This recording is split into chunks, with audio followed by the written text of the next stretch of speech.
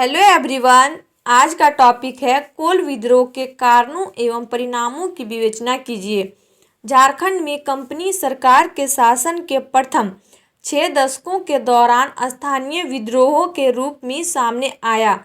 वास्तव में 1857 ईस्वी को गदर को गूंज जो झारखंड में दिखाई दी। इससे पूर्व भी लगभग 25 सालों की अवधि में झारखंड में 3 संगठित और व्यापक विद्रोह हुए। इन विद्रोहों में कोल विद्रोह, भूमिज विद्रोह तथा संथाल विद्रोह सर्वाधिक प्रमुख थे।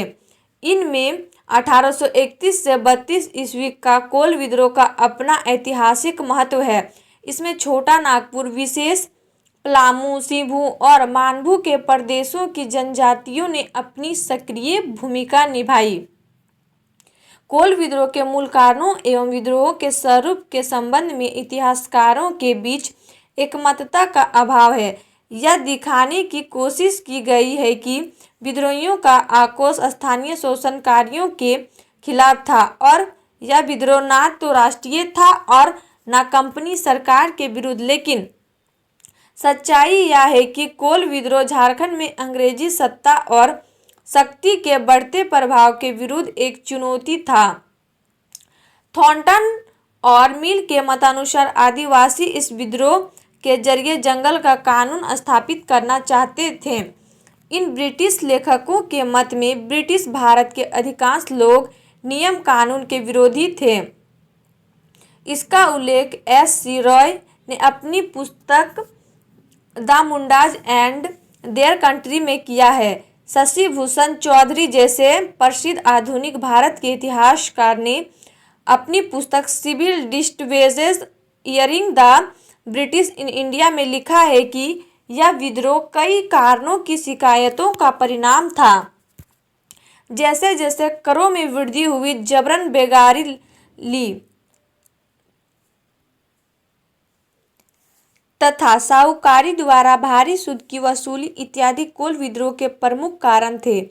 संक्षेप में विभिन्न इतिहासकारों और विद्वानों द्वारा इस विद्रोह के मूल कारण कृषक असंतोष को माना गया है। लेकिन सरकारी रिकॉर्डों के अध्ययन से पता चलता है कि कोल विद्रोह घृणित ब्रिटिश शासन से मुक्त होने के लिए आदिवासियों की इच्छा का परिणाम था। इस मत का समर्थन बेंडले बर्डाल्टन और A.C. मजूमदार जैसे विद्वानों ने भी किया है। कंपनी द्वारा झारखंड में आधिपत्य स्थापित किए जाने के बाद कुछ दशकों से झारखंड के विभिन्न राजाओं तथा उनकी स्थानीय प्रजा के साथ कंपनी के संबंध बहुत ही तनावपूर्ण हो गए थे। सरकार को राजस्व वसूली की शोषणकारी नीति ने कोल विद्रोह कालीन छोटा नागपुर विशेषज्ञ के नागवंशी राजा जगपराथ सिंह को बर्बाद कर दिया था। 1828 ईस्वी में नागवंशी राजा और उसके जागीरदारों की आय न्यूनतम होती गई। इससे आदिवासियों की समस्याएं भी बढ़ गई।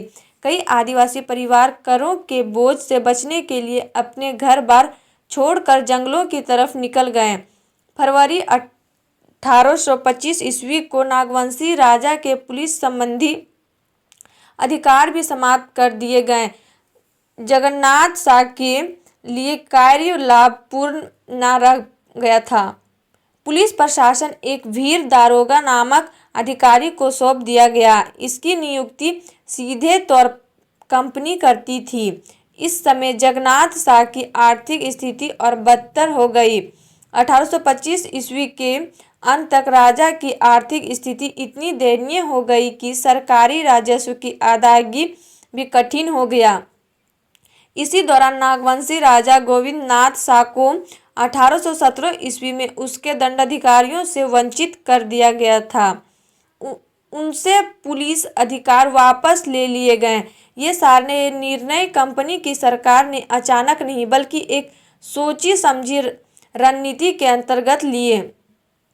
इसका एक प्रमुख उदाहरण यह था कि अप्रैल 1827 ईस्वी को कथबट ने राजा जगन्नाथ शाह के प्रभाव को कम करने की सिफारिश खुले तौर पर अंग्रेजी सरकार से की थी। यह धारणा निराधार है कि सरकार के खिलाफ असंतोष केवल राजाओं और जागीरदारों के बीच व्याप्त था। वास्तव में रैयत और किसान भी सरकार की राजस्व नीति से त्रस्त थे। इस नीति के कारण जमींदार और किसान दोनों ही निर्धन बन गए थे। राजस्व विभाग के अधिकारियों द्वारा राजस्व वसूली में धोखाधड़ी से कई संपन्न परिवार पंगु बन गए थे। हिंदुओं और मुसलमानों को ब्रिटिश फौजदारी और दीवानी नियमों को सभी पर समान रूप से लाद दिया गया। यह निर्णय जनजातीय संस्कृति के बिल्कुल विपरीत थी। लूट, दंड और शोषण की यह प्रक्रिया तब तक जारी रहती थी जब तक कि आदिवासी गांव छोड़कर भाग नहीं जाता था। वास्तव में कंपनी सरकार आदिवासियों को सुरक्षा प्रदान करने में पूर्णतः असफल रही थी। आदिवासियों की समस्याएं उस समय और भी बढ़ गई जब 17वीं शताब्दी के प्रारंभ से भारी संख्या में हिंदू और मुसलमान झारखंड में प्रविष्ट करने लगे थे। आदिवासियों को उनके पैतृक भूमि से वंचित किए जाने की प्रक्रिया ब्रिटिश शासन की ही देन है। 19वीं शताब्दी के प्रारंभ से ही स्थानीय अमला अधिकारी 100% बंगाली या बिहारी थे। आदिवासी इन्हें बाहरी समझते थे और यह दिगु को अवधारणा प्रारंभ हुई। इन बंगाली बिहारी अधिकारियों को उत्पीड़क और शोषणकारी नीति ने ही आदिवासियों को ब्रिटिश विरोधी बना दिया। जैसा कि ब्लंट ने लिखा था, अधिस्थापित व्यवस्था लोगों की आदत, चरित्र तथा अवस्था के अनुकूल नहीं थी, तो स्थानीय नागरिक प्रशासन का यह कर्तव्य था कि उस अवस्था के दोषों की ओर इंगित करती। ब्रिटिश कचहरियां स्वभाव से भोले भाले आदिवासियों को न्याय देने में पूर्णतः सक्षम नहीं थी। कचहरी पहुंचने पर आदिवासियों को पता चलता था कि उन्हें न केवल उनकी अपनी जमीन से बेदखल कर दिया गया था, बल्कि उन्हें विद्रोही भी घोषित कर दिया गया है। झारखंड में 1824 ईस्वी में आबकारी करों लगाया जाना और हड़िया पर पतचुई नामक कर लगाना आदिवासियों को और भी विद्रोही बना दिया। हालांकि 1826 ईस्वी में इस कर को उठा लिया गया, लेकिन आदिवासियों के दिलो दिमाग में घर कर ब्रिटिश शोषण के खिलाफ विद्रोह को यह निर्णय समाप्त नहीं कर पाया। थॉमसन ने लिखा है कि ये लोग सरकारी पदाधिकारी को लोगों के लिए महामारी और अभिशाप बन गए। गिद्धों की तरह भूखे ये लोग जमींदारों के गुलाम बन गए और इस तरह किलों का शोषण प्रारंभ हुआ, जिसका परिणाम 1823 ईस्वी में विद्रोह हुआ। इसमें शक की कोई गुंजाइश नहीं कि सरकारी अधिकारी आदिवासियों के सबसे बड़े शत्रु थे। ये आदिवासियों से गुनागारी, सलामी, अफीम कर और डाक खर्च बिना उच्च पदाधिकारियों की आज्ञा से बेरहमी से वसूलते थे। इस समय नागवंशी महाराज हिंदू बन चुके थे। अब वे अनेक गैर आदिवासी लोगों को आमंत्रित किया। दरबार आमोद प्रमोद में डूब गया। 1823 ईस्वी की एक रिपोर्ट से पता चलता है कि जगन्नाथ शाह की मुख्य रुचि मंदिरों की देखभाल, हिंदू देवी देवताओं की पूजा तथा फिजूल खर्ची में थी। वह व्यापारियों से कीमती घोड़े और वस्त्रों के बदले जमीन देना शुरू कर दिया, जिससे आदिवासी अपनी जमीनों से वंचित होते चले गए। Doctor JC. झा के अनुसार पलामू में विद्रोह की प्रमुख वजह स्थानीय अधिकारियों की अकुशलता, लापरवाही और विद्रोहियों के साथ उनकी मिलीभगत थी। में रामगढ़ कचहरी की रसीदेदार तथा लेस्लीगंज का कानून अत्यंत षड्यंत्रकारी स्वभाव के थे। इस प्रकार संक्षेप में कहा जा सकता है कि अपने नए स्वामियों द्वारा उपेक्षित बाहरी लोगों द्वारा जारी शोषण और न्याय के अपने परंपरागत स्रोतों से बेदखल छोटा नागपुर के आदिवासियों के लिए स्वतंत्रता की लड़ाई प्रारंभ करने छोड़ दूसरा विकल्प नहीं रह गया था।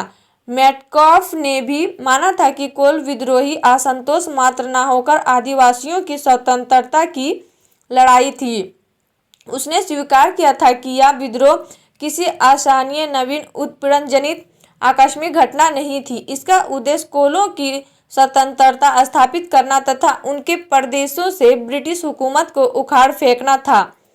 मेटकॉफ के मत में इस उद्देश्य की पूर्ति के लिए कुछ भी करने की भावना जनजातियों में पिछले कई वर्षों से व्याप्त थी और जो कुछ हुआ वह किसी आकस्मिक विचार का परिणाम नहीं था। हजारीबाग में फौज की कमी ने इस अवसर को बल प्रदान किया। बंगाल में हुए विरासत में हाल के विद्रोह की सफलता ने जनजातियों को प्रेरित किया।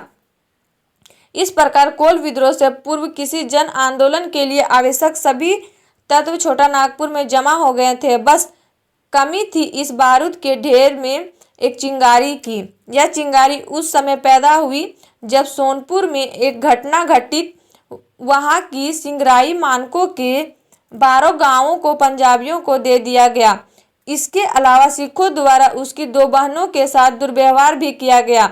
इस तरह सिंभू के बंदगांव के सूर्या मुंडा की पत्नी का एक मुस्लिम किसान द्वारा अपहरण और बलात्कार किया गया। आदिवासी तामड़ के लंका गांव में जमा होने लगे और यही विद्रोह का झंडा बुलंद किया गया। कोल विद्रोह के परिणाम और प्रशासनिक परिवर्तन। नीब रसले हैमिल्टन जैसे अंग्रेज अधिकारी विद्रोहियों के खिलाफ कठोर कार्रवाई के समर्थक थे, लेकिन सरकार की मान्यता थी कि अस्थायी शांति के लिए उदारता की नीति अपेक्षाकृत अधिक आवश्यक है। गवर्नर जनरल के परिषद के सदस्य ब्लंट के अनुसार विद्रोह के कारणों की सही जानकारी के लिए पहले वहां तैनात अधिकारियों को हटाया जाना जरूरी था। उसके परामर्श के आधार पर ही कथबट का पटना स्थानांतरण हो गया। इसी प्रकार जंगल महाल के डेट को विल्किंसन के साथ छोटा नागपुर का संयुक्त कमिश्नर नियुक्त किया गया।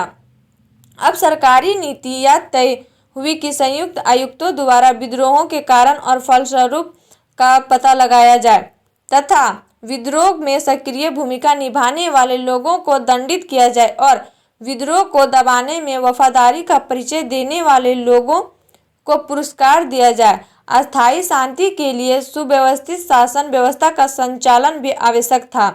विद्रोह के दमन के बाद स्थानीय अधिकारियों को आदेश मिला कि वे लोग स्थानीय लोगों के विश्वास को जीत कर ही शांति स्थापित किया जा सकता है। शुरू में ही विद्रोहियों से जब्त किए हजारों मन यंत्र तथा मवेशियों को उनके मालिकों को सौंप दिया गया। कई लोगों की जब्त संपत्तियां लौटा दी गई। कई जगहों तो लूट की माल की वापसी पर काफी मतभेद बढ़ जाने से सैनिकों को बुलाना पड़ा। उदाहरण स्वरूप 1832 ईस्वी में बड़कागढ़ में अधिकारियों को यह भी आदेश मिला कि वे मुंडाओं, मानकियों आदि की सहायता से ग्रामीण क्षेत्रों में सामान्य स्थिति बहाल करें। सैनिक कार्रवाई के बाद स्थापित शांति व्यवस्था को अस्थायी बनाए रखने के लिए चौकियों की स्थापना की गई, जैसे बड़कागढ़, मानतू, तरहसी तथा सतबरवा आदि में। 1832 ईस्वी जुलाई माह तक पुलिस दल में बढ़ोतरी तथा आवास निर्माण की अनुमति भी सरकार से मिल चुकी थी। छोटा नागपुर में पुलिस अमीनों को बड़कागढ़, तामड़, लोहरदगा आदि में पद स्थापित किया गया। पलामू के अंतर्गत लातेहार में तरहसी के दरोगा को बहाल किया गया। सतबरवा में दफादार तथा कुछ बरकंदाजों की नियुक्ति की गई। इन नियुक्त अमीनों तथा दरोगाओं को समझौते की नीति अपनानी थी। उन्हें यह भी देखना था कि कोई भी इलाकेदार तथा ठेकेदार बेवजह बल का प्रयोग न करे। सिर्फ शक के आधार पर किसी को बंदी बनाना तथा मारपीट तथा छोटे मोटे चोरी जैसे मुकदमों को पंचायत के माध्यम से सुलझाना था। अधिकारियों को साफ तौर से रिश्वतखोरी के लिए मनाही कर दी गई। अधिकारियों को साप्ताहिक रिपोर्ट लिखनी होती थी। विद्रोह के दौरान उपद्रवग्रस्त क्षेत्रों में कहीं कहीं जमींदारी घटवाली पुलिस की पुनः स्थापना की गई। आत्मसमर्पण करने वाले विद्रोही नेताओं को सरकार से नया बंदोबस्त करने को कहा गया। सोनपुर के सिंगराय मानकी को एक लिखित बयान द्वारा हरनाथ शाही को वचन देना पड़ा कि उसके क्षेत्रों में किसी लुटेरे अथवा विद्रोहियों को वह प्रवेश करने नहीं देगा।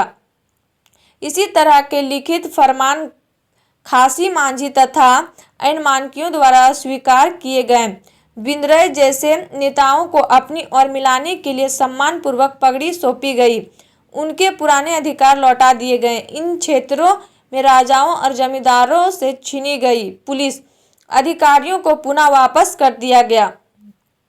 कोल विद्रोह के पश्चात शांति स्थापित होने में महत्वपूर्ण भूमिका निभाने वाले अधिकारियों को सरकार द्वारा पुरस्कृत किया गया। मेजर सदरलैंड की प्रशंसा की गई। इसी प्रकार रामगढ़ के मजिस्ट्रेट नीम की सेवाओं की भी प्रशंसा की गई। संयुक्त कमिश्नरी डेट तथा विल्किंस का भी धन्यवाद ज्ञापन किया गया। दूसरी ओर विद्रोहग्रस्त प्रदेशों को छोड़ने के कारण लेबर्ट की आलोचना हुई। ब्लट ने कथवट की कड़ी आलोचना की। इसके अलावा अधीनस्थ अधिकारियों के साथ दंड और पुरस्कार की नीति अपनाई गई। नीम की सिफारिश पर पटना के कमिश्नर ने टेकारी के महाराज से अनबरुला द्वारा सरकार को पहुंचाई गई सेवा के आधार पर पुरस्कृत किया गया। इसी प्रकार देव के मित्रभान सिंह ने सरकारी अधिकारियों की पूरे जोश के साथ मदद की थी। कलकत्ता स्थित अधिकारियों ने भी उनकी प्रशंसा की थी। उसे खिल्लत देने का निर्णय लिया गया। इसी बीच मित्रभान सिंह की मृत्यु हो गई। इसके बाद उसके उत्तराधिकारी को सालाना कर के रूप में 1000 रुपये की छूट दी गई। राजा मित्रजीत सिंह के चर्च पुत्र खान बहादुर खान को पलामू में विशिष्ट सरकारी सेवा के लिए राजा खान बहादुर खान दिलावर जंग की उपाधि प्रदान की गई। सरकारी अधिकारियों को खुले तौर पर सहायता करने वाली पलामू के वफादार जागीरदारों को भी पुरस्कृत किया गया। राजा रन बहादुर की प्रशंसा की गई। कर्नल हार्ट ने भी राजा की सेवा की मुक्त कंठ से प्रशंसा की थी। 1813 ईस्वी में सरकार द्वारा उनकी नीलाम की गई पलामू की जमींदारी वापस दिए जाने की प्रार्थना नीम द्वारा प्रस्तुत की गई, लेकिन नीम का यह प्रस्ताव रद्द हो गया। कई जागीरदारों की बकाया मालगुजारी माफ कर दी गई। इस प्रकार उपद्रवग्रस्त प्रदेशों के राजाओं जागीरदारों जमींदारों ने जो सरकार को सहयोग प्रदान किया था पुरस्कृत किए गए। और आप लोग को वीडियो अच्छी लगी तो please like and subscribe my YouTube channel and share जरूर करें।